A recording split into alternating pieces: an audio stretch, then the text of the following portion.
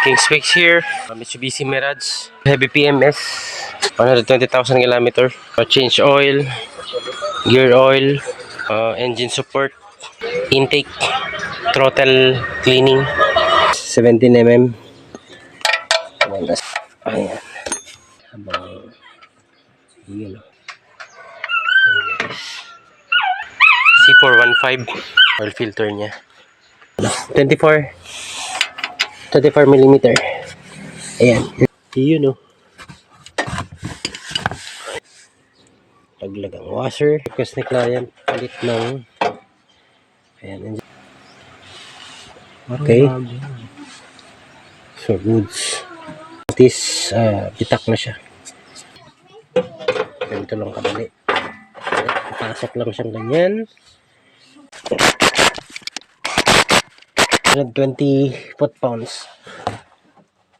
Make sure na fully tight yan. Yeah. Ito yung luma. Malutong na siya. Ito naman yung bago. Replacement niya. Ayan. Guys, yun yung bago. Ayan. Linis na rin natin yung head. Inspect natin yung seal sa may spark plug. Goods. Kasi guys, criss-cross pattern ako. Goods. So, papalitan na rin natin yung kanyang spark plug. So, bali ito yung palitan. Ito yung papalit. Denso. Yan yung code niya. Kay 20HR. U11. Yan.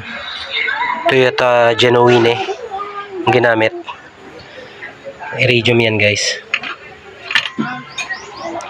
Yan o. Baka Toyota yan. Oh, Mitsubishi to. Toyota baka naman.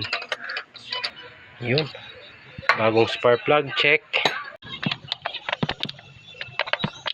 Malapit lang. Ignition coil. Goods. 415 big. Siyempre, Toyota tayo. Yan. Ito guys, tamang higpit lang to. Baka naman. Gamit tayo ng high quality na langis para sa optimum performance. Baka Shell yan. Hindi, Toyota pala. Kapalitan tayo ng air filter bago. Yan. Toyota, genuine. Air filter guys.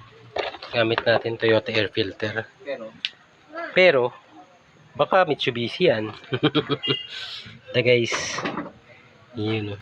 O diba? Fit na fit. Pang BIOS yan guys. Pero pwede rin sa Mirage. Yun o. Toyota naman. Baka naman. So Sinopec. Importante GL5 siya. At multigrade. Full PMS. Heavy. Tapos na lahat. Check on lubes. Okay na lahat. Langis. Gear oil. Brake fluid, flashing, coolant, then yung engine support, all brakes clean, okay na. So start. You know, super smooth na. Nawala na yung excessive vibration ng makina. As you can see now, King's Fix here.